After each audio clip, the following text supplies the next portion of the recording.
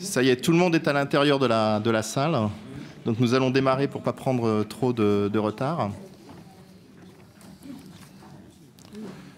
Je vous laisse terminer vos dernières conversations, puis on enclenche.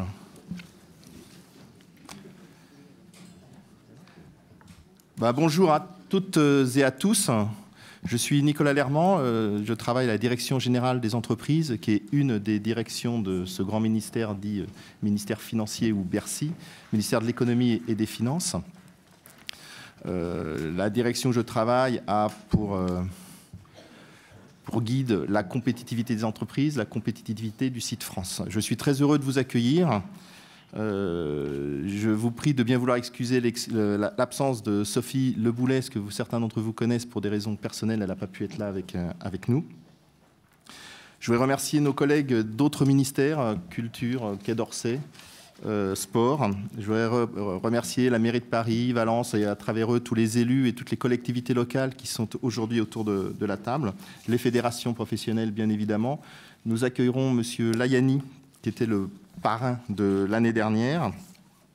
Je voulais également m'excuser parce que vous êtes très nombreux, donc on n'a pas pu mettre tout le monde autour de la table, mais j'espère que tous vous pourrez voir correctement. Et pour ne pas perdre plus de temps en introduction, je passe la parole à Madame Sarah Filkenstein, qui représente la ministre Génie Stéphane, Delphine Génie Stéphane, et qui va vous dire quelques mots. Madame Filkenstein. Bonjour à tous, merci beaucoup de votre présence ce matin.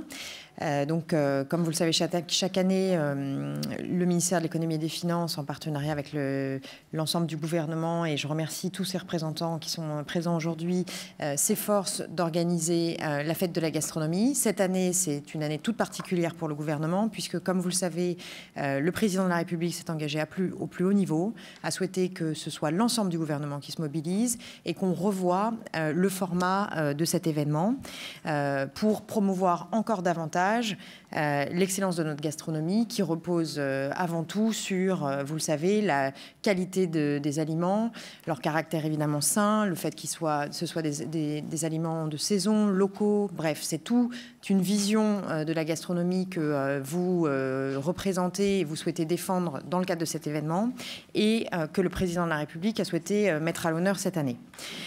Donc c'est d'abord un projet qui est incarné au plus haut niveau, mais c'est aussi un projet qui est porté par l'ensemble des ministères, avec différents volets. Donc le ministère traditionnellement qui le porte, c'est-à-dire le ministère de l'économie et des finances, dans son volet évidemment petits commerçants, dans son volet métiers de bouche, artisanat et restauration qui est traditionnel, mais aussi le ministère de l'Europe et des Affaires étrangères, qui, à travers son réseau international, est un excellent vecteur de l'image et de la promotion de la qualité de la gastronomie française dans le monde entier. Puisque vous savez que, évidemment, via notre réseau d'ambassades, nous avons la capacité de mobiliser l'ensemble des chefs français qui rayonnent à l'étranger et font rayonner la gastronomie française. Donc, ce que je voulais repréciser pour vous, c'est l'articulation de ce plan d'action gouvernemental en matière de gastronomie. Donc, c'est 3 volets. Ce premier volet, avec un événement de très grande ampleur qui sera donc placé sous le haut patronage et en présence du président de la République, avec de nombreux chefs étoilés étrangers, sans doute dans un lieu d'exception pour bien connaître le président de la République et ses habitudes en la matière. Un volet international, donc, qui mobilisera plus de 3000 restaurants et notre réseau diplomatique. Et un volet national, le volet populaire que vous représentez, que vous portez chaque année et qui viendra s'articuler et s'inscrire dans cette dynamique. Donc l'idée, c'était de réunir ces 3 volets sous une même bannière pour leur donner une plus grande visibilité et s'assurer que, du point de vue des étrangers, notre événement soit le plus visible possible. Et c'est la mission qu'on vous confie à travers cette nouvelle édition de cette année. Avec un objectif qui est de susciter un intérêt accru des médias, évidemment, et une plus grande visibilité pour chacun de vos projets au niveau local, évidemment. Donc, la mission qui m'a été confié aujourd'hui de la part de mes ministres, à savoir Bruno Le Maire et Delphine Gény-Stéphane, c'est de vous présenter avec un immense plaisir la nouvelle marraine pour l'édition 2018. Notre parrain de l'année dernière, Stéphane Layani, avait rempli avec beaucoup de succès sa mission. Et nous souhaitons donc tous nos vœux de succès pour que la nouvelle marraine, dont le nom est Fanny Ray, qui a bien voulu accepter cette proposition qui lui a été faite, de représenter la gastronomie pour son édition 2018. Donc pour ceux qui ignoraient encore, mais je pense que ça n'existe pas, puisque vous savez tous que Fanny Ray, évidemment, a été finaliste dans Top Chef. Elle avait une vie avant Top Chef, puisqu'elle a travaillé donc dans de nombreuses grandes maisons françaises, notamment le Ritz. Et elle s'était installée à Saint-Rémy-de-Provence, où elle est chef de l'auberge La Reine Jeanne, avec son compagnon, puisque j'ai cru comprendre que la conception qu'elle incarne, et c'est aussi ce qui nous a séduit, c'est une conception, un engagement pour la gastronomie, mais en équipe, en couple en l'occurrence, et donc avec une réelle persévérance qui nous a beaucoup plu dans ce parcours qu'on a souhaité distinguer à travers ce choix pour l'année 2018. Donc Fanny Ray, toutes nos félicitations et surtout un immense merci pour avoir accepté cette mission.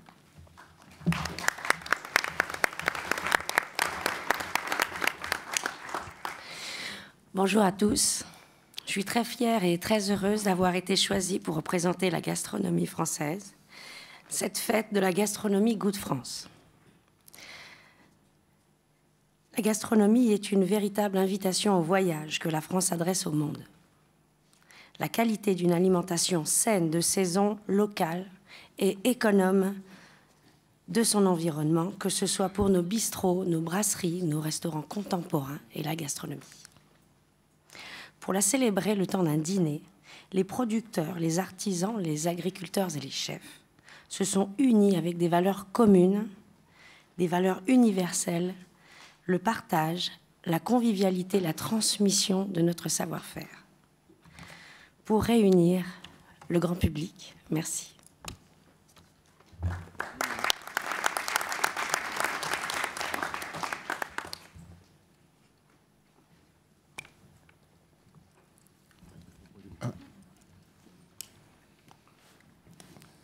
Donc nous allons continuer pour reprendre de manière un peu plus détaillée la séquence. Donc voilà, nous aurons aujourd'hui un ordre du jour. Alors d'abord, vous l'avez compris, c'est que la ministre est actuellement au Sénat, la conseillère est en pleine discussion budgétaire, ce qui fait qu'on a dû chambouler un tout petit peu l'ordre du jour qu'on avait prévu au départ pour lui donner la parole immédiatement. Donc nous allons faire d'abord une présentation des perspectives 2018-2019, le bilan 2017.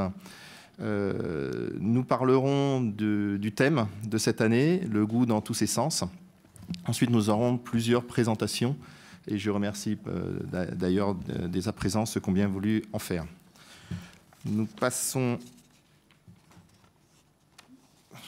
On peut passer à la suivante. Voilà. Donc je vais revenir un petit peu sur le plan d'action gouvernemental dont a parlé Madame Finkelstein. Il y aura une bannière unique. Donc, Madame Finkelstein a mentionné 3 événements. L'événement traditionnel Goût de France, qui se tient le 21 mars, volet international porté par nos collègues du Quai d'Orsay, ministère de l'Europe, des Affaires étrangères, avec donc plusieurs milliers de restaurants à l'étranger qui faisaient la promotion de la gastronomie française. Un événement voulu par le président de la République, très gros événement médiatique. On parle de 200 chefs étoilés mondiaux qui viendraient à Paris pour replacer Paris au centre. Et le volet national et populaire, fête de la gastronomie. Tout ça va prendre la bannière Goût de France. Pour 2018, il y a eu 2 de ces 3 événements qui ont et vont avoir lieu. Donc le volet international qui s'est déroulé le 21 mars et la fête de la gastronomie / Goût de France qui se déroulera 21, 22, 23 septembre, traditionnellement, 4e week-end de septembre, complètement dans la lignée des événements précédents. Pour l'année prochaine,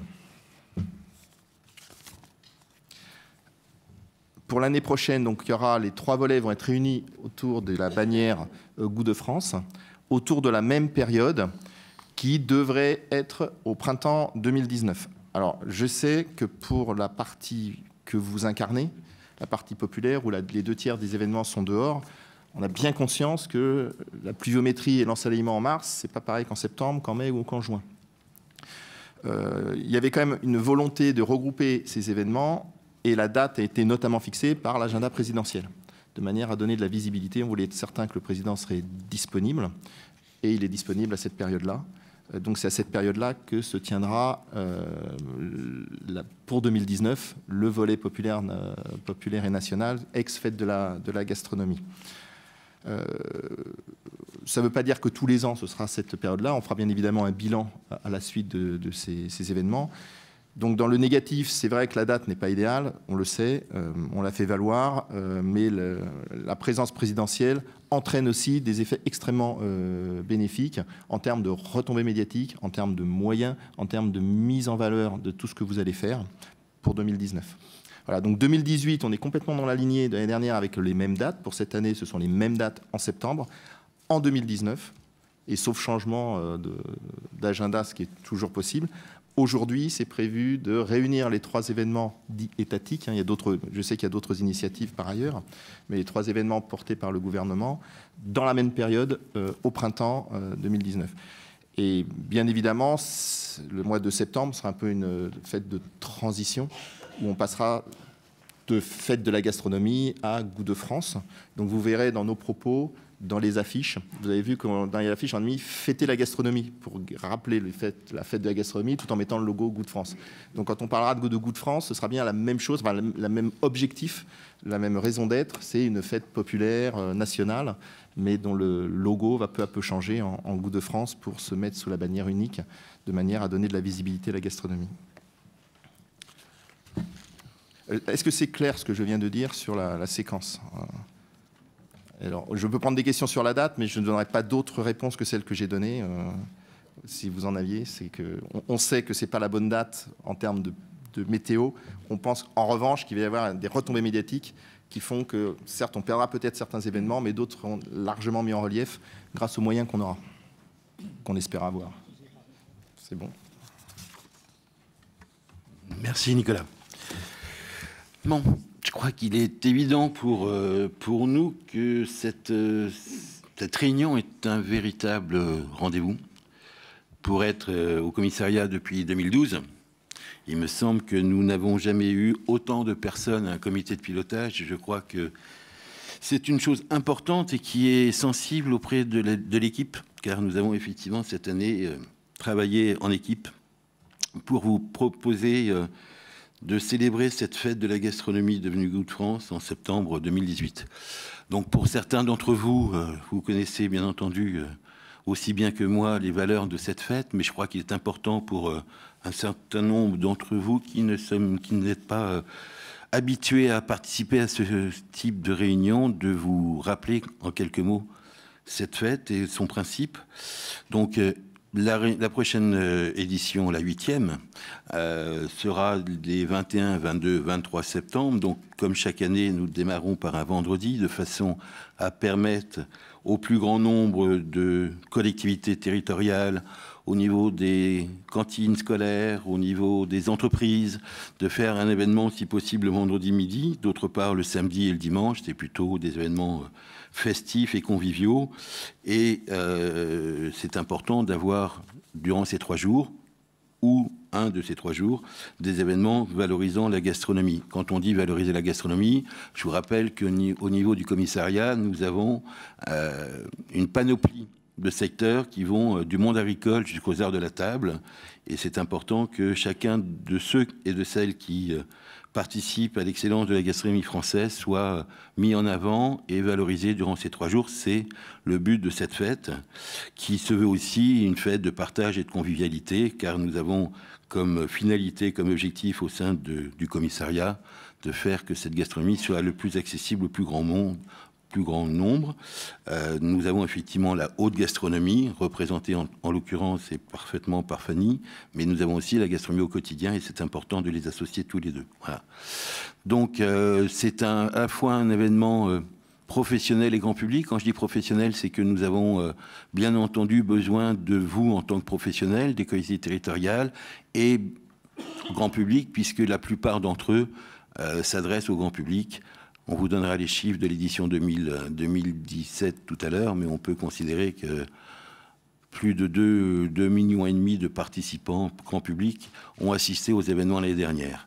C'est à la fois un événement national, puisque sur le chiffre vous sera communiqué tout à l'heure, sur les 11 700 événements de 2017, on avait 11 500 grosso modo national, mais on a aussi quelques événements à l'international, notamment au travers du réseau d'Alliance française qui nous soutient chaque année. Alors ça, c'est pour le grand public. Pour les professionnels et les entreprises que vous représentez, pour la plupart d'entre vous, c'est aussi un enjeu. Car d'une part, ça permet de valoriser les métiers et les savoir-faire de vos professionnels. Ça peut être aussi un outil de développement pour vos entreprises. Et par ailleurs, c'est aussi un attrait touristique, car pour un certain nombre de collectivités territoriales, et je n'en citerai pas, mais certains savent celles que je veux évoquer, c'est effectivement un rendez-vous touristique qui permet d'avoir, sur une séquence d'un week-end, plusieurs dizaines de milliers de personnes qui circulent et qui vadrouillent et qui achètent dans les commerces et les métiers de bouche. Voilà. Donc, il faut, durant ces 3 jours, que vous ayez comme volonté de faire en sorte que votre patrimoine culturel, votre patrimoine économique soit mis en valeur. C'est des choses très simples. La plupart du temps, on essaye de vous en faire plus, je le sais. On est assez exigeant. Je vous rappelle quand même que nous refusons, en règle générale, tout événement à caractère commercial, tout lancement de marque. Ça, c'est effectivement nécessaire et ça fait partie de notre charte déontologique.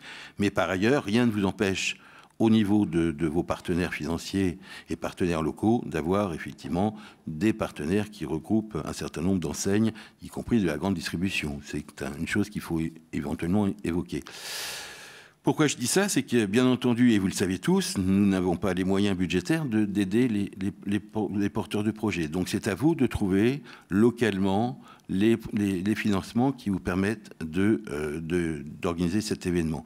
Nous vous proposerons tout à l'heure un partenaire que nous avons depuis 2 ou 3 ans, avec lequel nous renforçons nos relations et qui peut vous aider à trouver un financement par le biais du financement participatif.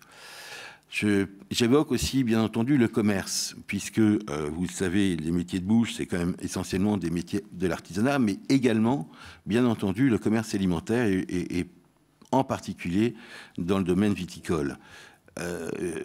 Quand vous avez une ville entière qui se met aux couleurs de la fête de la gastronomie Coups de France depuis cette année, c'est l'ensemble de votre secteur économique et commercial qui en bénéficie. Je crois que c'est une dimension qu'il faut que nous essayions de mettre en avant au niveau du commissariat pour que vous puissiez faire profiter l'ensemble de vos acteurs économiques locaux de cette fête. C'est bien entendu aussi un moyen évident de mettre en valeur vos produits. Chaque ville, chaque territoire, chaque terroir a des produits emblématiques. Et c'est vrai qu'avec la thématique que nous vous proposons cette année, ça sera d'autant plus facile de mettre ces produits en valeur durant ces 3 jours. Et je terminerai, comme effectivement c'est indiqué sur l'affiche, l'important pour nous, et c'est à mon avis l'objectif essentiel du commissariat, c'est de faire en sorte que la gastronomie soit la plus accessible possible, car il faut que cette appétence pour les bons produits, les bons plats, soit le plus facile au niveau des quartiers, y compris les quartiers populaires. Et nous avons en ce sens un certain nombre de partenaires qui seront prêts à organiser dans ce type de secteur des événements au niveau de la gastronomie. Non. Quelques mots pour ceux qui nous connaissent moins sur le rôle du commissariat général. C'est assez simple, hormis le fait qu'il ne peut pas financer de projet, c'est de vous accompagner. En ce sens où nous essayons, durant les quelques mois précédant la fête, de vous solliciter. Pour certains d'entre vous, vous êtes des anciens, donc vous avez été relancés. D'autres sont des nouveaux, donc ils ont été démarchés. Mais en tout état de cause, nous essayons de vous accompagner tout au long de ces mois dans la construction de vos projets, de façon à vous permettre d'avoir localement des synergies et des mises en relation entre professionnels. C'est bien souvent à cette occasion-là que des métiers de bouche, des commerçants, des gens des marchés se réunissent entre eux et définissent un projet collectif. C'est un moyen important de permettre à ce qu'il y ait une mise en relation entre les professionnels des métiers de bouche, et ça, c'est essentiel selon nous. Bien entendu, si besoin, nous pouvons vous appuyer, avoir notre soutien, pardon, vis-à-vis des acteurs institutionnels et en particulier des collectivités territoriales que nous sollicitons tant faire que se peut au niveau des événements locaux. Alors, la partie, ça, c'est la partie projet, comme on dit. L'équipe est constituée de deux secteurs. Le second secteur, c'est le secteur de la communication où vous aurez tout à l'heure une présentation plus en détail. Mais en tous les cas, on vous offre une lisibilité importante sur notre site internet, sur lequel, bien entendu, je ne ferai que rappeler qu'il est impératif de se labelliser. Un événement qui est Fête de la gastronomie Goût de France, mais qui n'est pas inscrit sur notre site, n'est pas un événement Fête de la gastronomie Goût de France. Si vous souhaitez à ce qu'il soit lisible et visible, il faut qu'il soit inscrit, labellisé sur notre site. C'est très simple, hein, vous connaissez pour la plupart d'entre vous la démarche, il faut simplement y penser. Nous avons par ailleurs, vous avez pu vous en rendre compte, nous avons changé un peu l'aspect de notre newsletter, puisque la lettre gastronomique a changé un petit peu de forme. Elle est beaucoup plus attrayante selon nous. Donc nous avons aussi, bien entendu, l'accompagnement sur les réseaux sociaux, Facebook, Twitter en particulier. Et puis, nous avons une trentaine de partenaires médias de diverses natures, de diverses importances, et nous avons l'intention de sélectionner les meilleurs d'entre vous au niveau de ces projets pour que nous puissions les mettre en valeur au niveau des médias. C'est important que vous sachiez que nous avons en perspective des partenariats potentiels. Nous espérons simplement avoir les moyens de pouvoir les honorer. Ah. Édition 2017. À toi, Nicolas. Alors, bon. On a déjà pris 10 minutes de retard en 20 minutes. Alors, je vais aller vite. Bon, vous savez, la plupart d'entre vous, je pense que vous savez lire. 11 000 événements, un peu plus de 11 000 événements, 300 000 professionnels, 2 millions de participants d'une manière ou d'une autre, 3 000 villes, 12 régions métropolitaines et 4 départements d'outre-mer. On essaye d'avoir effectivement que ça couvre l'ensemble du territoire national et pas uniquement la métropole, avec une grande diversité dans les porteurs de projets, entre les associations, collectivités, entreprises, organisations professionnelles, particuliers, professionnels du tourisme. Donc vous avez tous votre place, vous pouvez tous labelliser des événements et nous vous y invitons. Sur les types d'événements, on a 3 événements qui sont particulièrement prégnants dans le nombre d'événements. C'est tout ce qui tourne autour du vin, tout ce qui tourne autour des menus et des dégustations. On mentionne souvent les pique-niques d'un fête de la gastronomie. C'est en fait quelque chose d'extrêmement marginal. Ça existe, mais c'est pas le gros des événements.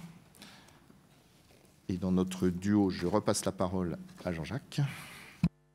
Un duo en tandem, comme tu veux. Une chose est importante que vous sachiez, c'est que ces chiffres que Nicolas vous a présentés, ils sont issus du questionnaire que nous adressons chaque année à l'issue de l'édition. Nous avons eu l'année dernière environ 650 porteurs de projets. La moitié d'entre eux ont répondu. Et ce qui me semble important à vous dire, c'est que la quasi-totalité d'entre eux, c'est quasiment un suffrage d'autres nations, mais 90% ou 85% de ceux qui nous ont répondu sont pour recommencer cette année, donc en 2018. Et j'espère que ceux qui nous rejoignent cette année en 2018 seront aussi d'accord pour recommencer en 2019. Voilà. J'aurais juste un commentaire à faire. On parle parfois de petits événements, c'est pas toujours le cas. Il y a une multitude effectivement de petits événements qui irriguent partout dans le territoire. Mais il y a quelques événements, alors je pense à la ville de Dole, mais il y en a d'autres également, où c'est plusieurs dizaines de milliers de personnes qui sont impliquées. Alors, la thématique. Chaque année, vous le savez, au-delà du fait que nous avons le plaisir d'avoir une marraine, nous avons aussi une thématique. En l'occurrence, cette thématique, elle fait suite à celle de l'année dernière. Vous vous en souvenez, c'était la thématique au cœur du produit, donc on a quelque chose qui va partir incessamment sous peu, mais oui, voilà. Je vous laisse découvrir la thématique.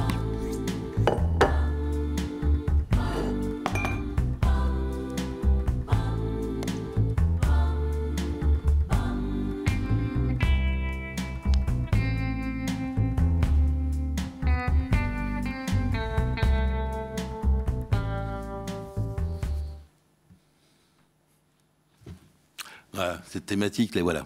Le goût dans tous ses sens. L'année dernière, nous avions au cœur du produit. Cette année, on a voulu poursuivre un peu dans cette démarche, de façon à avoir une thématique très consensuelle, afin de permettre à chacun, à chacune et d'entre vous de pouvoir s'identifier. Et on voulait rappeler Goût de France, oui, sans doute pour faire un petit peu la liaison aussi avec la nouvelle bannière sur laquelle nous allons désormais œuvrer. Voilà, c'est un jeu de mots. Mais en tout état de cause, c'est très simple. Voilà, le produit, comment on approche, comment on le voit, comment on le sent, comment on le goûte.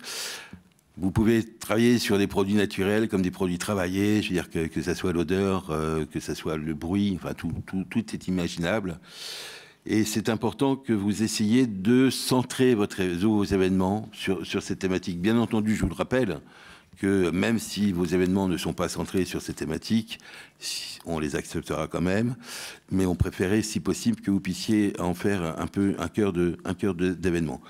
On a une proposition à vous faire, hein, c'est l'expérience d'essence.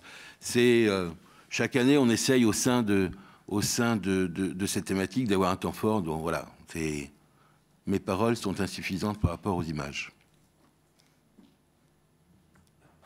Voilà. On peut tout faire. Et a priori, la chose la plus facile, quasiment, c'est une dégustation à l'aveugle, comme ça les sens sont tous mis en éveil, mais ça peut être un tas de choses qui peuvent être mises en valeur autour des produits. Je crois que les odeurs sont essentielles, et les couleurs sont essentielles. Profitons du mois de septembre encore, parce que au mois de septembre, il y a un certain nombre de produits qui n'existent pas forcément au mois de mars. Donc il faut que nous en profitions cette année pour que cette fête ait toutes les couleurs du mois de septembre.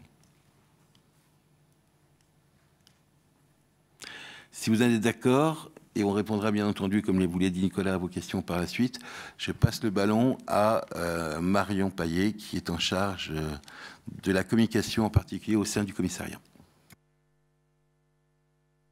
La première chose qu'on souhaitait vous dire aujourd'hui, c'est que la communication est au cœur de nos préoccupations cette année, du fait de ce changement de nom et de ce changement d'identité.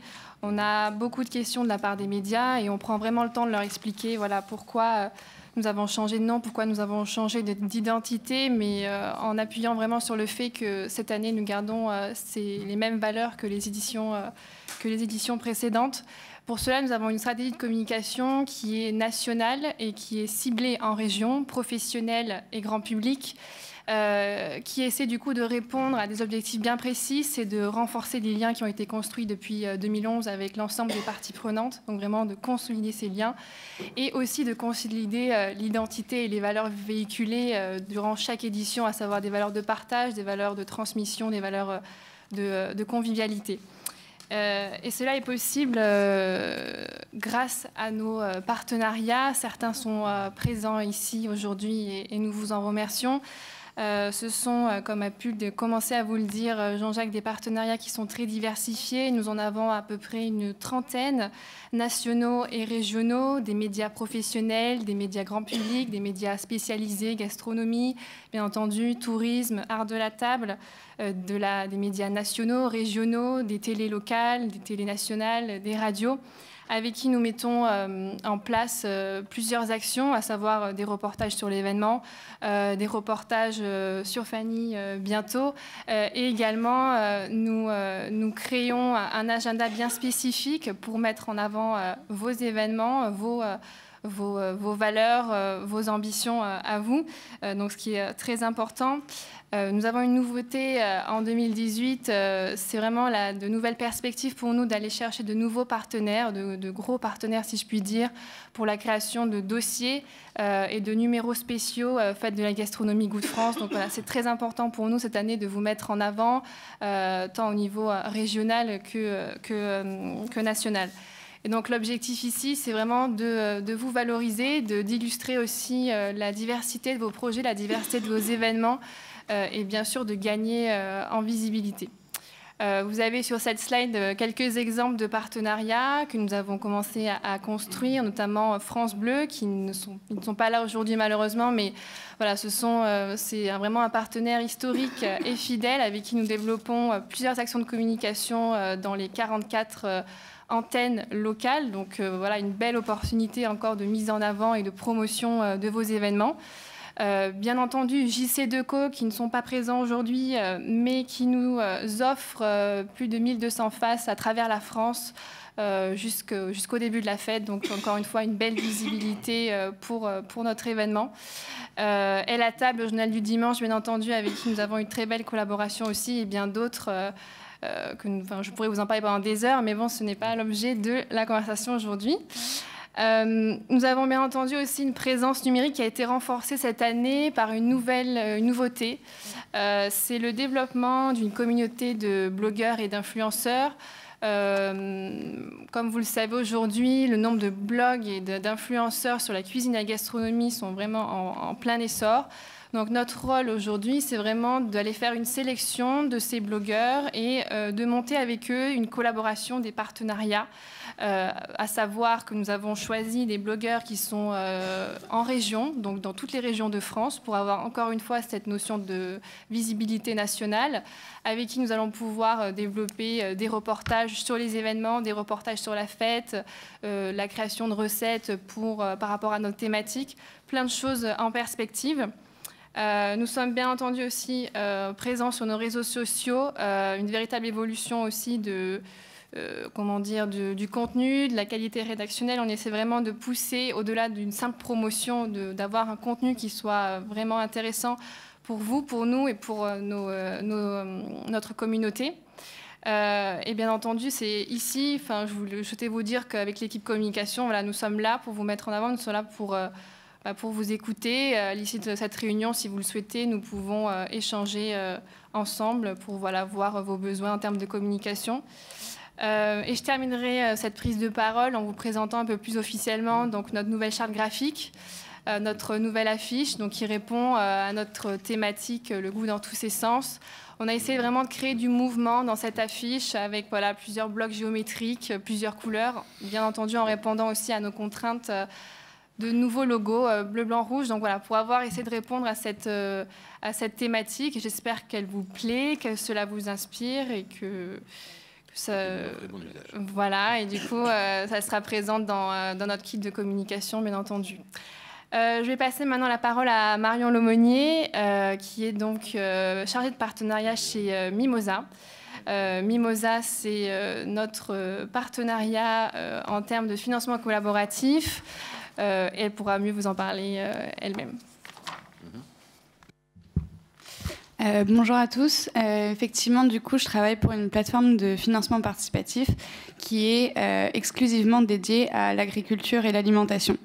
Donc, pour vous donner un peu un ordre d'idée, en 3 ans, on a accompagné 1300 projets, tous qui concernaient soit des projets d'agriculteurs directement qui produisent ce qui se retrouve dans nos assiettes, et aussi de transformateurs, distributeurs et tous les acteurs de l'alimentation aujourd'hui en France. On a du coup pu créer une communauté de 75 000 membres qui est aujourd'hui particulièrement sensible du coup à ces thématiques-là. L'idée, ça va être du coup, avec le partenariat avec la Fête de la Gastronomie, de pouvoir financer et mettre en valeur les projets qui vont émerger de tout ça, les événements, puisque une collecte de financement participatif, donc le principe, c'est que les gens vont donner le montant qu'ils souhaitent sur un projet et recevoir ensuite des contreparties en nature, donc des produits ou des expériences. Et ça va nous permettre de faire aussi une très jolie opération de communication pour ces événements. Et c'est pour ça qu'on a décidé aussi de s'associer depuis maintenant 3 ans. Donc la collecte moyenne en dons, elle est d'environ 6 500 €. On a déjà fait des petites collectes à 1 000 €, on est déjà monté jusqu'à 70 000 €, donc c'est assez large.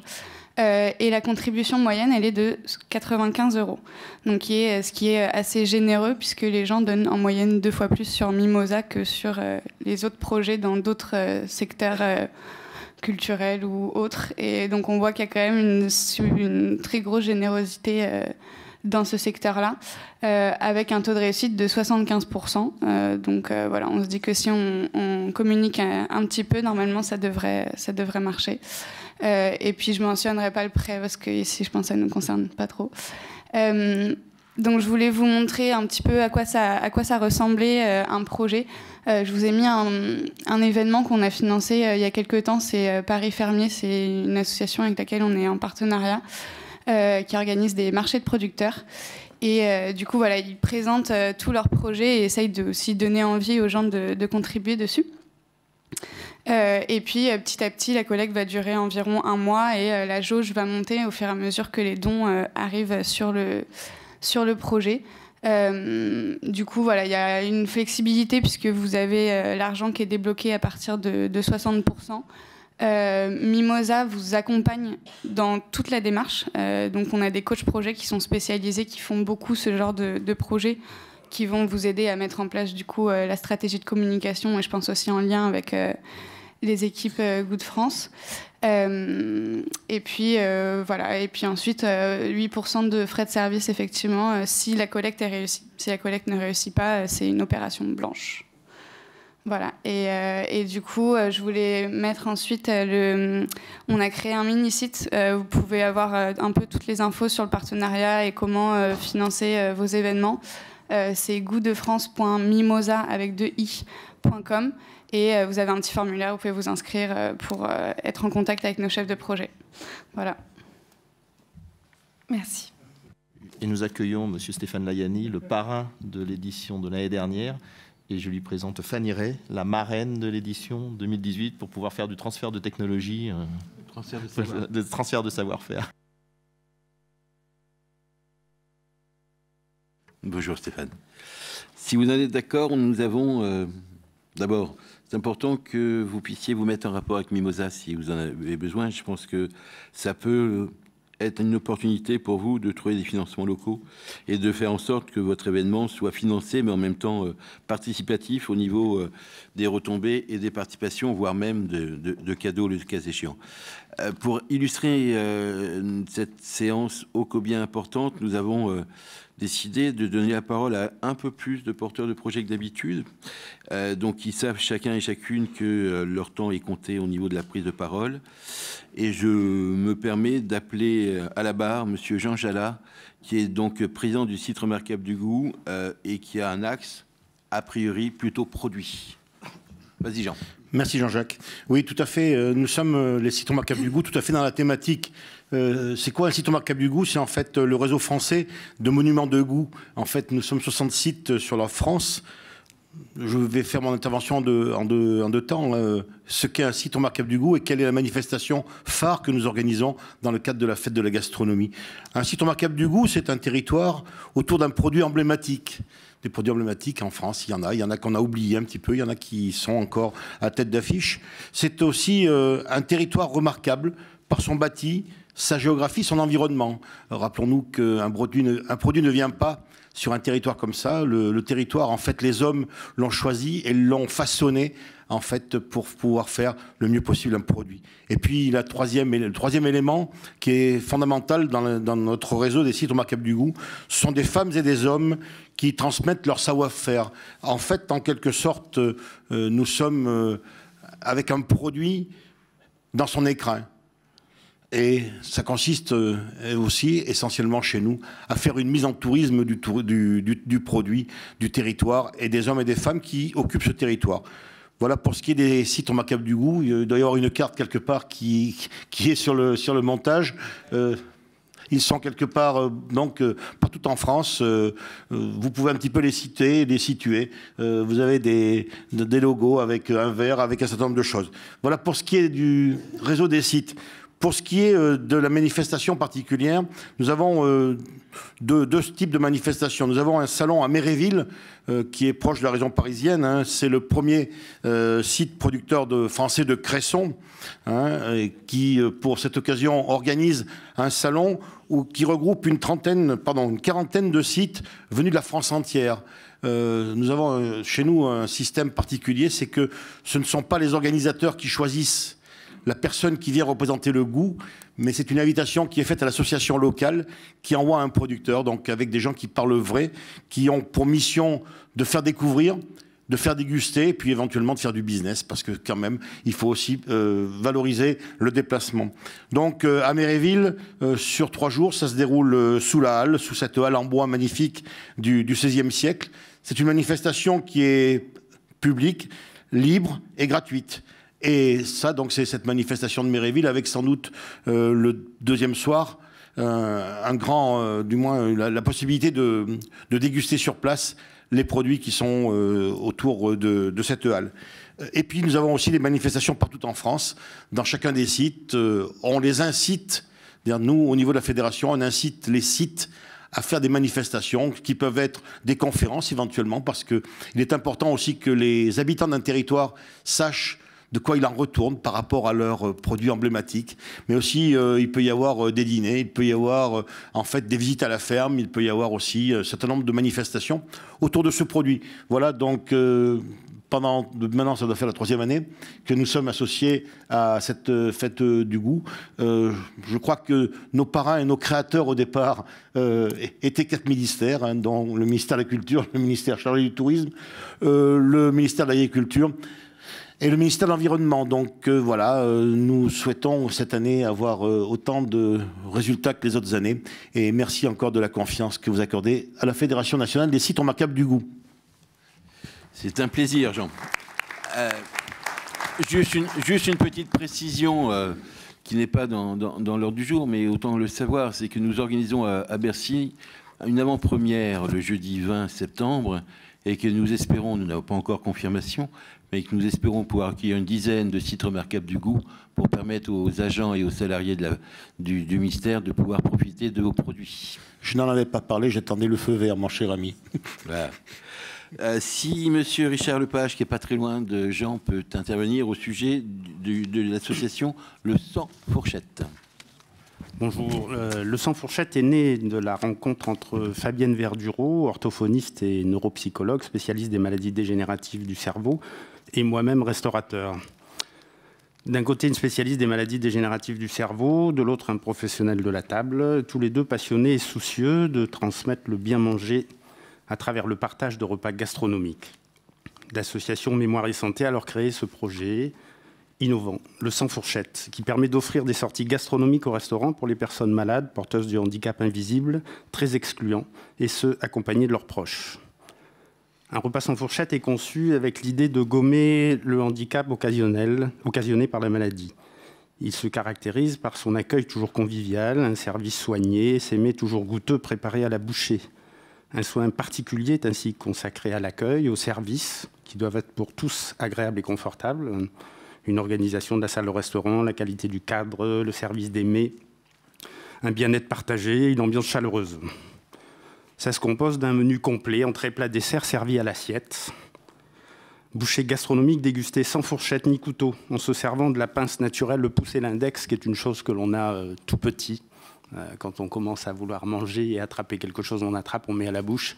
Et c'est une chose que l'on garde même avec les problèmes liés à ces maladies.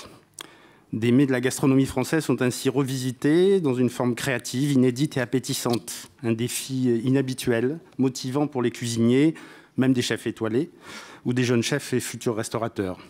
Il s'agit d'élaborer un menu festif, gastronomique, faire vivre un authentique bon moment en famille ou entre amis, en mangeant avec les mains. Texture, chaleur, quantité doivent être adaptées. Vous avez mis dans votre slide tout à l'heure le contact avec la nourriture, ça va très bien avec le sans fourchette. Donc ces adaptations sont réalisées en partenariat avec des professionnels de la restauration qui sont d'abord, dans notre première rencontre, sensibilisés au handicap invisible. Pardon. Cette sensibilisation est principalement diffusée auprès des jeunes restaurateurs en apprentissage par les lycées hôteliers ou CFA, ainsi que des professionnels volontaires. L'objectif est d'aménager un changement en profondeur sur l'intégration du handicap dans la société. Le sans fourchette permet ainsi et simplement à chacun de retrouver sa place en société, renouer avec le plaisir d'aller au restaurant, redonner du bien-être et génère des comportements apaisés, des sourires, du calme, une ambiance très différente de l'agitation habituelle des repas quotidiens avec les mêmes patients. Le sans fourchette est aussi une démarche intergénérationnelle au travers de collaborations avec 7 lycées hôteliers. 400 élèves, futurs restaurateurs, ont été sensibilisés. Et la possible ouverture d'établissements pour recevoir des groupes de personnes en difficulté et leur aidant et leur offrir un moment de plaisir gastronomique auquel ils aspirent tous. Les actions engagées depuis 8 ans ont été couronnées de succès et participent aux initiatives citoyennes et associatives en direction des personnes atteintes de maladies neuroévolutives, en visant à favoriser le lien social et le lien de proximité, l'innovation sociale et lutter contre l'isolement. Ce projet s'ouvre maintenant, en fin de compte, à toute personne âgée, même sans maladie, mais qui est isolée et qui souvent ne sortent plus au restaurant. En résumé, plus de 1000 convives déjà et aidants ont été accueillis, satisfaits et désireux de renouveler à chaque fois ce type de sortie. Nous avons fait 22 opérations pilotes entre 2010 et 2018. Leur témoignage à chaque fois, à chaque fin de repas, nous donne envie de continuer et permettre de l'amélioration de la qualité de la vie de tous. Une dizaine de chefs volontaires ont déjà travaillé, dont 3 chefs étoilés. Nous avons organisé le 13 novembre 2017 au château de la Pioline à Aix, avec 3 chefs étoilés, chacun dans le pays d'Aix, Pierre Reboul, Michael Féval et Jérôme Faure. Un repas où ce jour-là, nous avons servi 125 personnes dans la qualité gastronomique de ces chefs. Le 21 septembre cette année, dans le cadre de Goût de France, nous organisons un repas avec les frères Pourcel à Montpellier, où normalement prévu pour une centaine de personnes. Nous avons un projet sur Paris, alors qui ne sera pas dans le cadre de Goût de France, au Train Bleu, normalement, qui est en cours. Et dans le cadre d'une manifestation qui va se faire en 2019, mais ça pourra coïncider, puisque maintenant on connaît à peu près les dates de Goût de France, MPG 2019, Marseille-Provence, gastronomie, capitale de la gastronomie en 2019. Nous avons 4 projets de repas avec des chefs de l'association Gourméditerranée sur Marseille. Pour conclure, je dirais que ce travail nous a amené depuis 2 ans à développer un label aussi, le Sans Fourchette, qui nous permettrait de former des restaurateurs à pouvoir organiser des repas, alors toujours de groupe, hein, c'est pas une chose qu'on peut faire comme ça, mettre à la carte du Sans Fourchette et attendre que les clients viennent. Mais nous, on se charge de remplir, on a beaucoup plus de demandes que de places dans nos repas. À chaque fois, on est malheureusement obligé de refuser parce qu'on n'a pas la place. Donc, on est prêt à faire ce label avec des restaurateurs dans toute la France. L'enjeu est d'impliquer toutes les générations dans un élan partagé à chacune de nos réalisations afin de réussir ensemble un changement durable et réussir l'inclusion des personnes marginalisées par leur maladie ou leur âge. Je pense que nous avons toute notre place dans l'événement Goût de France pour la rendre accessible à tous, même aux personnes qui ont des problèmes. Je vous remercie de votre attention. Merci, monsieur Paul. Je peux vous confirmer, vous avez toute votre place. Merci. Après, nous allons évoquer plutôt un axe cuisine du monde. Victoria va nous présenter le village international de la gastronomie à Paris. Bonjour. On organise avec Madame Anne-Laure de Combé un événement qui existe depuis 3 ans, qui a pour objectif de promouvoir les gastronomies du monde. Aujourd'hui, donc, on aura cette année la chance d'avoir 57 pays qui seront représentés. Vous pouvez. Merci. On aura 57 pays représentés. Pour la première année, on aura un pays à l'honneur qui sera la Finlande. On a la chance cette année d'avoir 100 structures. 6 grands chefs présenteront en fait des ateliers. On aura 8 ateliers par jour de cuisiniers étrangers. On aura 30 spectacles parce que le fondamental de cet événement, c'est la gastronomie et aussi la culture qu'on aimerait mettre à l'honneur. On a la chance cette année d'avoir 2 parrains d'exception. On a M. Layani, présent aujourd'hui, et M. Gomez, donc chef du Palais de l'Élysée. On aimerait vraiment que cet événement devienne vraiment la vitrine sur Paris des cuisines du monde. On considère que c'est quelque chose de très important, ça permettra l'échange. Et j'espère l'invitation au voyage pour tous les visiteurs. Mmh. Voilà. Merci Victoria. Merci.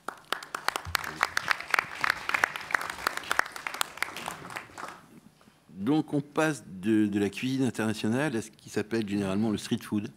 Et je laisse la parole, si elle veut bien, à Aurélie, qui va nous évoquer l'initiative du Carreau du Temple, avec lequel nous travaillons depuis de nombreuses années. C'est ça, exactement. Bonjour à tous. Donc pour celles et ceux qui ne connaissent pas encore le Carreau du Temple, on est un établissement de la ville de Paris. On a réouvert en 2014. C'est une ancienne halle époque Baltard. Voilà, c'est un lieu culturel pluridisciplinaire. On a une programmation de 230 événements par an. Spectacles vivants, art contemporain, art visuel, cinéma. Et évidemment aussi, on travaille depuis notre réouverture en 2014 autour de la gastronomie. Donc au départ, il s'agissait d'un événement street food, effectivement, qui s'appelait Street Food Temple, qui était là effectivement pour montrer que la street food n'était pas la junk food. En tout cas, c'était vraiment l'idée, c'était d'avoir une approche pédagogique de ce point de vue-là, qui était très festive et très populaire.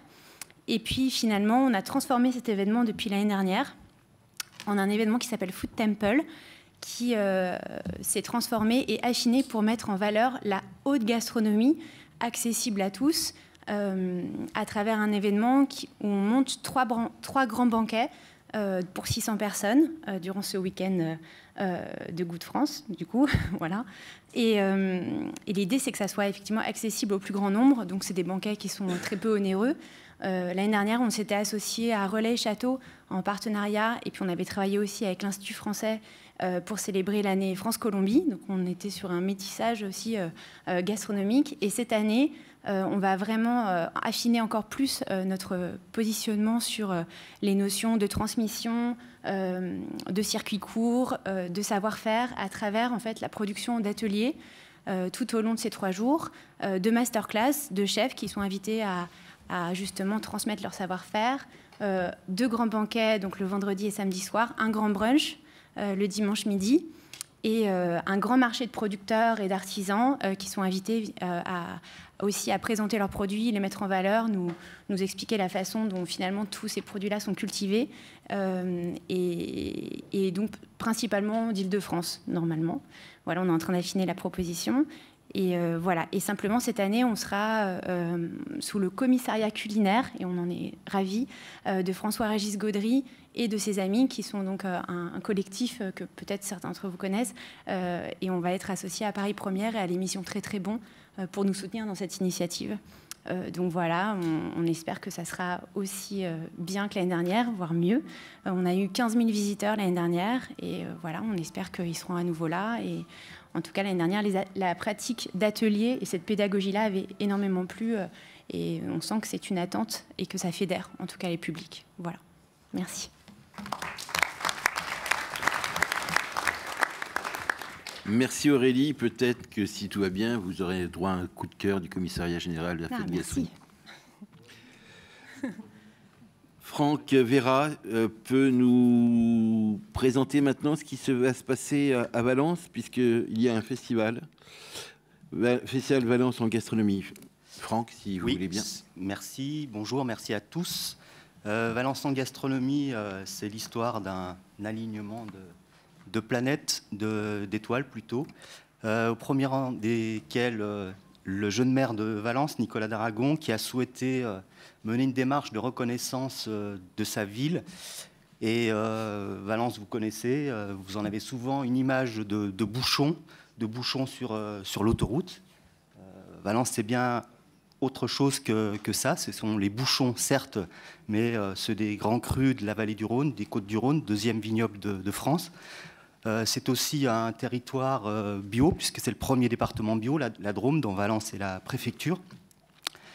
Vous êtes aussi sur un territoire qui a énormément de chefs étoilés par nombre d'habitants, et donc avec notamment Anne-Sophie Pic, la chef triplement étoilée, qui est à Valence. Donc toute une démarche de labellisation souhaitée par le maire, et le souhait d'établir une cité en l'honneur de la gastronomie à Valence. Et je suis très heureux d'être à côté de Pierre Saner, qui est le directeur de la mission française du patrimoine et des cultures alimentaires, à qui Valence a fait une demande de labellisation. Donc, premier élément favorable, donc, quand le maire a lancé cette démarche il y a eu tout un processus de mobilisation des acteurs qui a été extrêmement dynamique, avec 100 entreprises aujourd'hui qui sont regroupées pour œuvrer sur un projet de cité, avec la présidence de David Sinapian, qui est le président des grandes tables du monde. Et enfin, donc ça c'était en 2015, et très rapidement, troisième élément favorable, la marraine de la fête de la gastronomie 2015 n'était autre que Anne-Sophie Pic. Et là, on se devait à Valence de faire une fête suffisamment à la hauteur de cet honneur qui nous était donné. Donc on a travaillé sur une fête qui a eu un succès immense et qui s'est renouvelée en 2016 et 2017 et qui est devenu en 2017 un festival, Valence en Gastronomie Festival. Je vous propose de voir les images du festival de 2017, si c'est possible de lancer le film.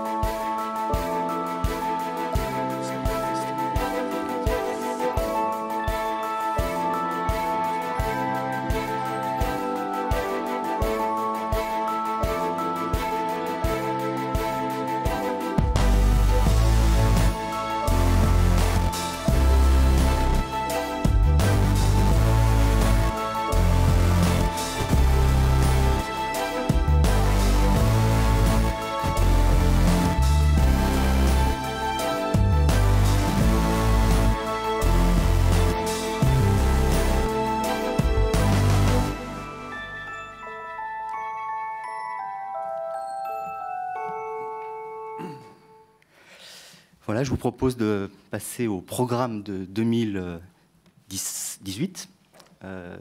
Donc vous avez vu tout à l'heure l'affiche. Donc au niveau du programme, quelques animations phares, 12 animations phares. Alors vous l'avez peut-être vu dans le film, on a un rallye gastronomique qui consiste en une course gastronomique qui mène les équipages d'entreprise en entreprise gastronomique sur le territoire de Drôme et d'Ardèche, donc avec des énigmes, avec des points à compiler et évidemment des dégustations dans toutes les entreprises. Donc ça démarre le 8 septembre, donc nous on démarre assez tôt. Vous avez le speed testing qui est une découverte de la dégustation avec les jeunes sommeliers du lycée de l'Ermitage qui sont dans les grandes maisons de France, tous des 3 étoilés, qui nous proposent une dégustation speed testing avec un gong qui sonne toutes les 5 minutes, et là on passe d'atelier en atelier. Donc il y a également la ferme Expo, qui est une ferme qui met en avant toutes les espèces végétales et animales du territoire, parce qu'il ne peut pas y avoir de gastronomie d'excellence sans agriculture d'excellence. Donc on a également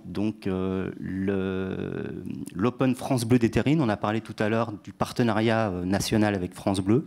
Donc nous, on a un partenariat avec 7 radios qui chacune organise des qualifications de façon à donner un auditeur amateur lauréat pour partir en finale à Valence le 22 septembre.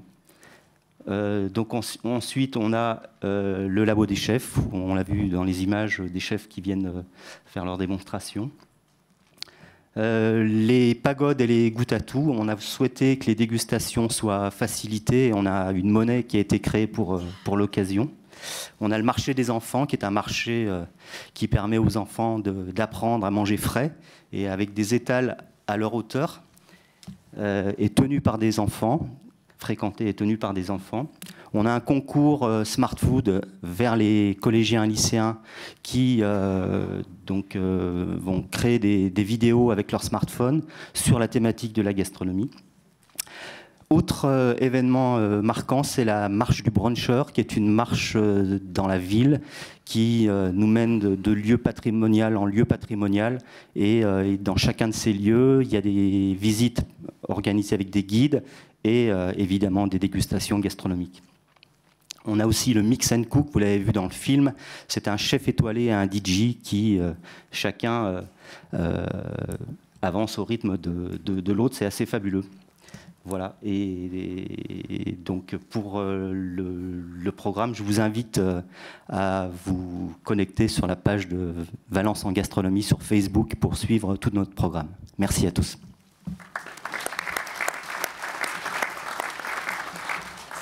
Merci Franck, je pense que ça peut donner des idées à quelques-uns d'organiser des choses aussi sympathiques que ce qui sera fait à Valence. La parole maintenant à Bruno Tardito de Sensations Gastronomiques La Louve, plutôt sur un axe solidaire et collaboratif. Merci Bruno. Oui, merci. Bonjour à tous. Nous sommes ravis de participer au Goût de France 8e édition.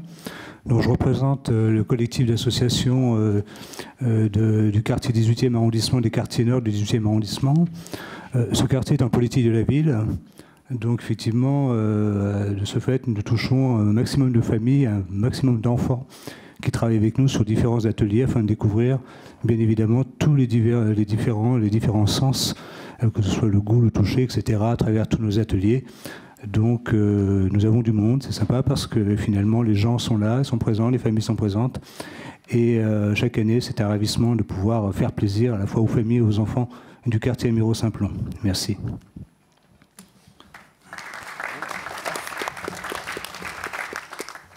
Je crois que nous participons ce soir à votre Assemblée Générale et nous aurons le plaisir d'être parmi vous ce soir. Madame de Rennes, direct Centre Val-de-Loire à Orléans. Dominique, tu nous parles de ce beau projet qui allie la France à ce pays présidé par M. Trump.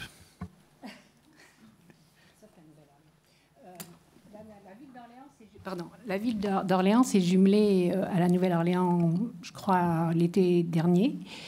Et pendant 2 ans, elle va faire tout son événementiel sur la Nouvelle-Orléans. Comme on a des racines communes, notamment notre histoire et notre cuisine qui a influencé celle de la Nouvelle-Orléans, on a proposé au groupe de travail que la Directe mène depuis plusieurs années d'inviter un chef de la Nouvelle-Orléans pour essayer de voir comment on pouvait cuisiner ensemble. Ce chef, c'est Kevin Belton. C'est un autodidacte qui a appris à cuisiner avec sa grand-mère et qui a fait des cours de cuisine à l'école de cuisine de la Nouvelle-Orléans et qui anime beaucoup d'émissions culinaires en Nouvelle-Orléans, au Canada. Pour vous dire, c'est une des meilleures ventes de livres de cuisine d'Amazon. Donc c'est quand même quelqu'un qui commence à avoir une certaine notoriété. Et donc il va être notre parrain. Et la sauce a tellement bien pris que finalement, ça va être une semaine de la gastronomie. Le 19 septembre, il y a un accueil à la ville avec le préfet de région. Le 20 septembre, le cuisinier travaille avec les élèves du lycée hôtelier. Ils travaillent déjà maintenant pour voir comment ils vont pouvoir faire le repas. Il y aura un point presse avec le préfet de région. Le 21 septembre, nous travaillons avec une entreprise du patrimoine vivant qui fait des pralines. Et il faut savoir que la spécialité de la Nouvelle-Orléans est aussi les pralines et qu'ils ont en fait adopté par le biais des migrants la praline de Montargis et ils ont remplacé les amandes par les noix de pécan parce qu'il n'y a pas d'amandes à la Nouvelle-Orléans et le sucre par le sucre de canne. Donc j'ai demandé à Monsieur Dijon, que je connais bien, parce que je l'ai accompagné dans son dossier entreprise du patrimoine vivant, de créer une praline néo-orléanaise pour l'occasion. Ce qu'il va faire, donc il va recevoir le chef néo-orléanais dans son entreprise. Il va y avoir un déjeuner au lycée hôtelier Saint-Louis de Montargis et un concours de pecan pie, de tarte à la noix de pécan. Et ce monsieur Dijon, il va être invité aussi à l'ambassade des États-Unis le 28 juin qui fait une grande fête pour présenter sa praline. Donc nous faisons aussi la promotion de nos entreprises et de l'excellence française par ce biais-là. Le soir, il y a un dîner gastronomique organisé par un maître restaurateur. Le tellement de choses. Du jeudi 21 septembre au 23-22 septembre, il y a un ciel de parapluie. C'est les vitrines d'Orléans qu'organise ça, l'Union commerciale. Et il y aura 6 stands gastronomiques au-dessous, dont un animé par les maîtres restaurateurs, un animé par les apprentis. Il y a 2 commerçants déjà qui ont créé un thé Nouvelle-Orléans, une glacière qui a créé une glace Nouvelle-Orléans à la noix de pécan, à la vanille et voilà, on a essayé d'inciter aussi nos commerçants à avoir des idées pour dynamiser un peu la chose. Après, il y a des démonstrations au Hall Châtelet avec le chef Belton également le vendredi, où il va y avoir un chef orléanais et le chef américain qui vont faire des dégustations en lave. Et il y aura aussi les apprentis des CFA qui fera les démonstrations en lave. Je vais vite parce qu'on a beaucoup de choses. Et enfin, ça se terminera le 24 septembre au CFA d'Orléans, où là, le chef Belton travaillera également avec les élèves. Alors en fait, les 3, et c'est un petit peu les 3 piliers de notre mission, apprentissage, excellence française à travers les entreprises du patrimoine vivant et maître restaurateur. Vraiment, la venue de ce chef a fait que tout le monde s'est d'un seul coup réveillé et qu'à la limite, il n'y a pas assez d'heures. Ce pauvre homme, il va repartir à la Nouvelle-Orléans, il va être complètement épuisé par la France. Mais on espère que quand il reviendra chez lui, il y aura des ponts qui se seront faits avec nos entreprises et les leurs. Voilà.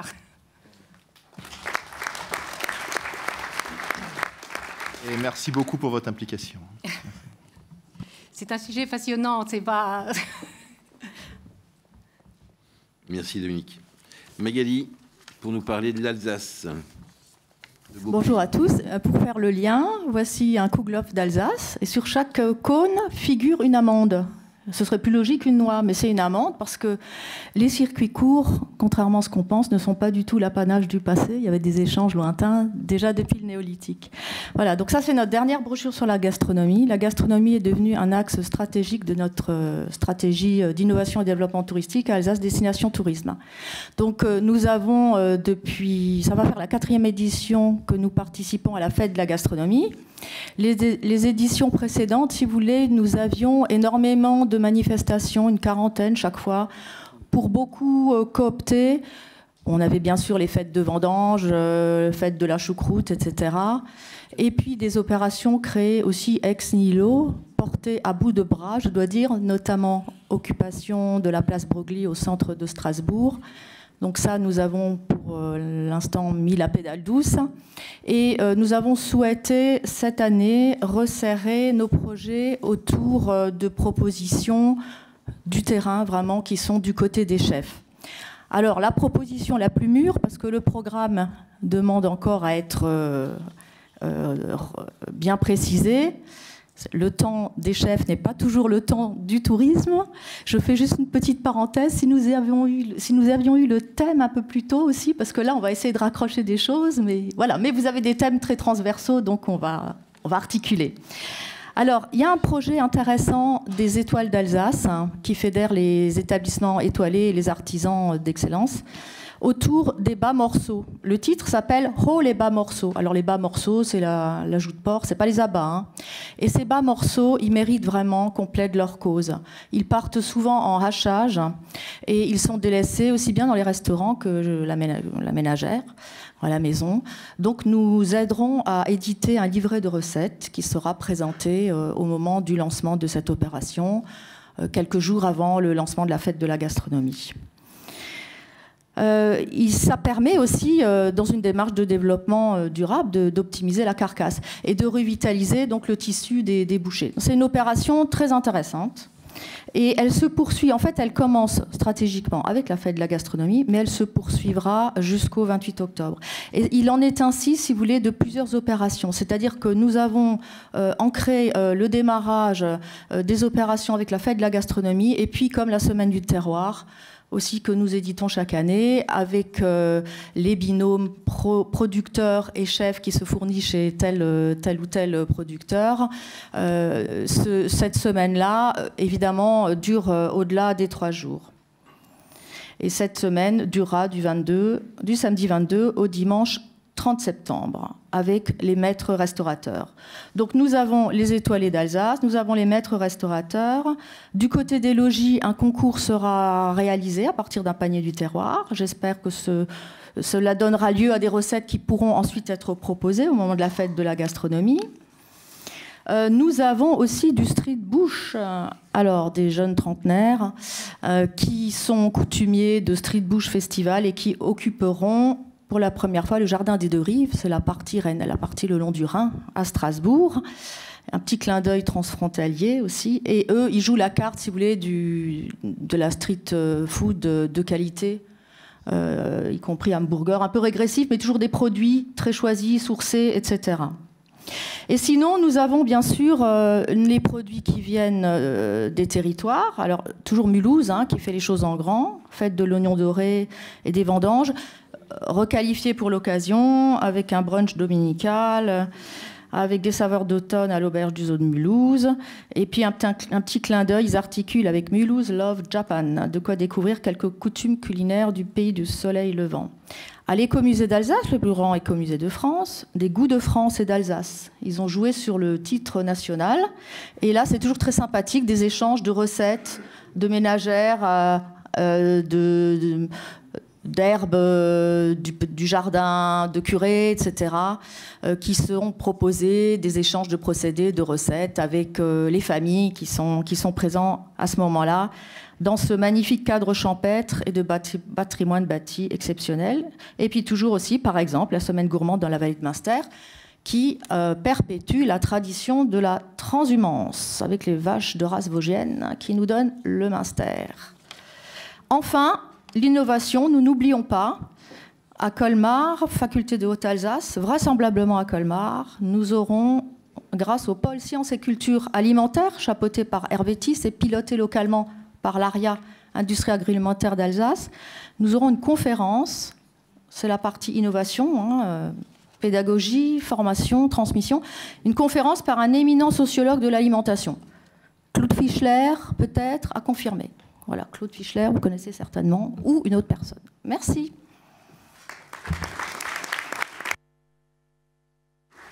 Merci Magali de nous avoir fait voyager dans cette Alsace. Nous avons une chose un peu particulière cette année, car nous avons eu un partenariat avec le Centre méditerranéen de littérature. Nous avons été membres du jury et nous avons ainsi la chance et le plaisir d'accueillir aujourd'hui André Bonnet, qui va nous présenter ce prix des écrivains gastronomes en présence au moins d'un des deux lauréats. Merci André.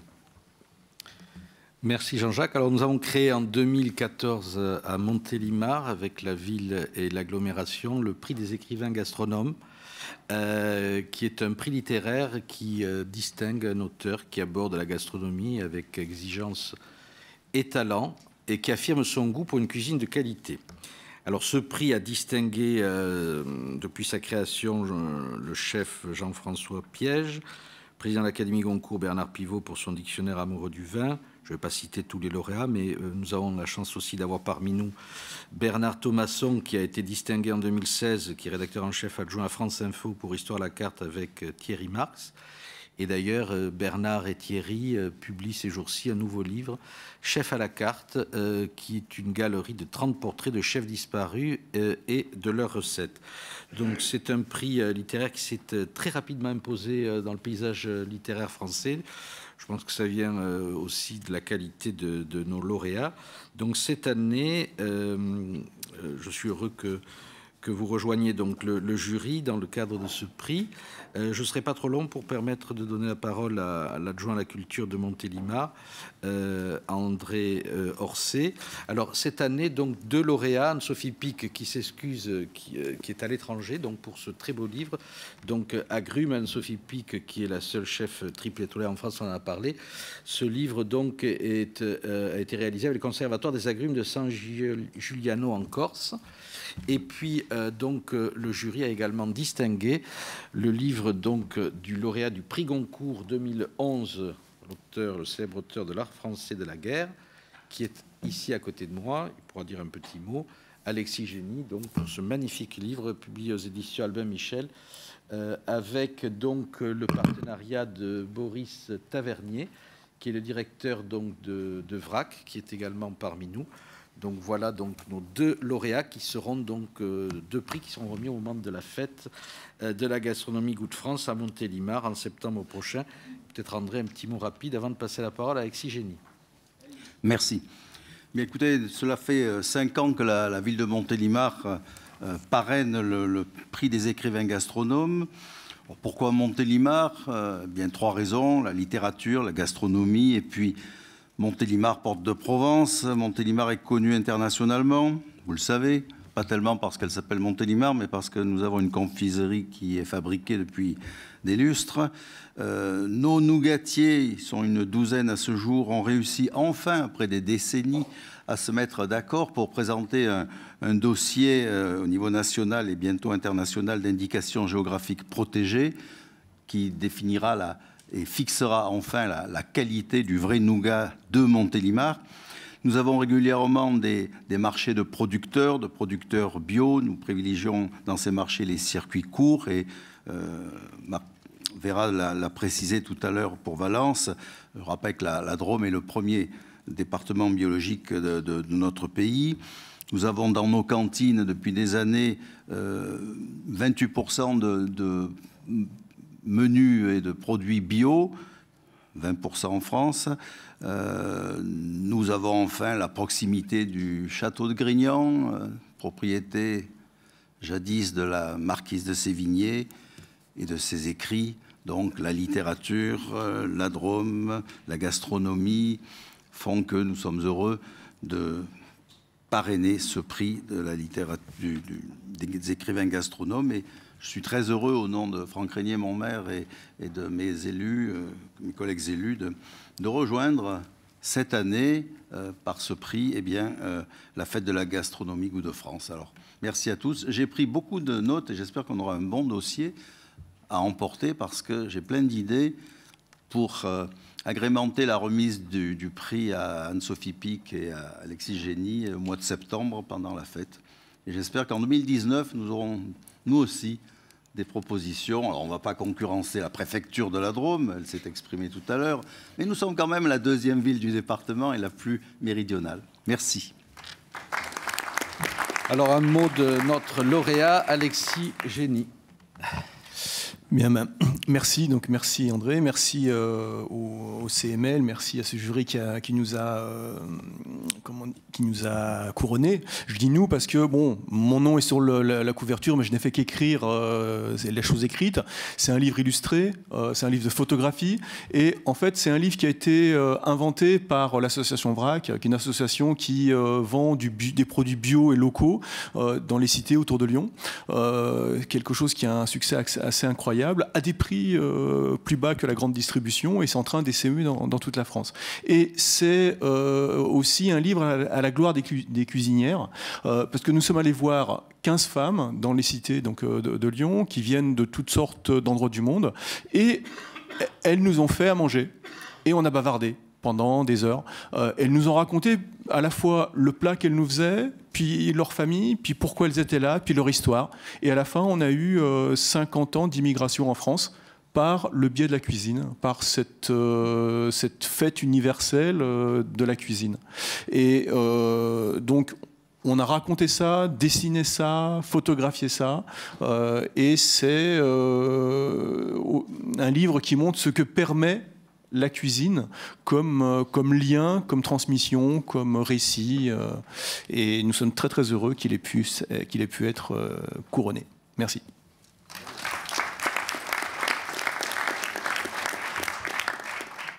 C'est vrai que nous espérons aussi pouvoir travailler avec l'association VRAC dès le mois de septembre.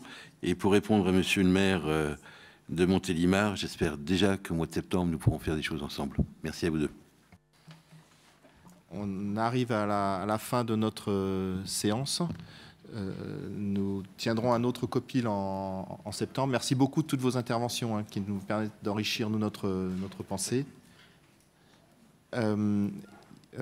Vous avez ici donc le site, les différents sites que vous pouvez aller voir et sur lesquels vous pouvez vous inscrire. Alors, je voulais vous remercier, bien sûr, toutes et tous. Je voulais remercier M. Layani d'avoir bien voulu venir assurer la transition en quelque sorte, même si on sait qu'il reste à bord. plus à la barre, mais à bord du vaisseau Fête de la gastronomie Goût de France pour nous aider et nous soutenir. Merci beaucoup à Fanny Ray d'avoir accepté la lourde tâche d'être le visage, d'incarner la Fête de la gastronomie Goût de France de cette année. Et merci beaucoup aux équipes du commissariat à la Fête de la gastronomie Goût de France. Et donc merci beaucoup à Jean-Jacques Pinet. Et tu prends le relais. Oui, je reprends le relais pour moi-même remercier l'équipe. Alors, je ne vais pas citer tous les noms parce que ça ferait beaucoup, mais vous en connaissez un certain nombre. Et par contre, je voudrais remercier en particulier celles qui nous ont rejoints pour quelque temps. Donc, alors, à la com, Juliette.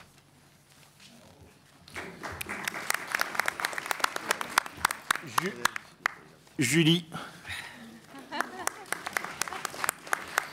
Anne. Et au niveau des projets, Lisa. Un petit peu te lever. Levez-vous, levez-vous. Clémence. Et Lucie. Non, alors j'entends des remarques qui me sont faites à ma droite, comme quoi il n'y a pas de garçons. Non, il n'y a pas eu de garçons cette année. Et bien entendu, il ne faut pas oublier les permanents, si j'ose dire ainsi, donc en l'occurrence Sandra, Olivier, Marie-Thérèse. Et si vous me permettez une petite mention spéciale à Marion. Là. Alors, on va vous lancer, j'y tiens moi, c'est mon, voilà. On va vous lancer, mais c'est important que vous le regardiez, c'est le film fait par le Week-end gourmand du Chat-Perché à Dole. C'est la manifestation qui, dans une ville de 25 000 habitants, accueille 40 000 personnes. Alors c'est un peu long, mais en même temps, ça vous donnera envie d'aller à Dole. Et vous verrez que faire sur une cité, quelle qu'elle soit, la fête, ça permet à toute la ville d'être en fête. N'oubliez pas qu'après, mais uniquement après, vous aurez le cocktail qui vous attend. Entre 30 000 et 40 000 personnes qui étaient sur les 3 jours, puisqu'il y a les 2 jours de cœur de ville, et puis la journée en amont sur le bien manger régional, transmission des savoirs, etc. L'événement commence enfin à s'exporter à l'extérieur de nos frontières. On sort purement vraiment de la Franche-Comté, on est vraiment dans la grande région, Bourgogne-Franche-Comté, puis on est à la fois, on dépasse cette frontière, je dirais presque administrative.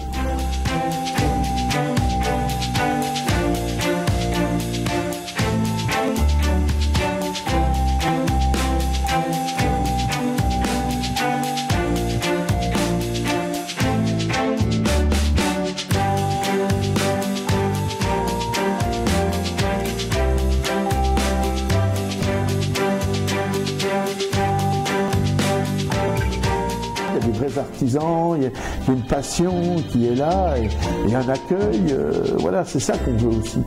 Moi je suis souvent surpris quand les gens me disent je suis arrivé à 10h le matin et je suis reparti à 18h de l'événement. Ils n'ont pas vu l'heure passer parce qu'ils sont allés butiner un peu partout, quoi, auprès des exposants, auprès des villages éphémères, auprès des restaurateurs, des bouchers, charcutiers, les pâtissiers, les boulangers. Parce que la force du projet aussi de l'événement, c'est l'investissement des acteurs. Il y a une vraie synergie entre tous. On n'est pas fermé dans une bulle. On est certes le temps d'un week-end dans une belle bulle gourmande, festive et gourmande. Mais non, on est ouvert aux autres. On déambulait dans les rues, mais on s'arrêtait tous les 50 mètres faire un exposant. On a vu venir vers nous des gens qui aimaient la terre, qui faisaient des légumes extraordinaires, qui travaillaient la terre, qui en parlaient avec passion. C'était ça qui était super beau. Bon.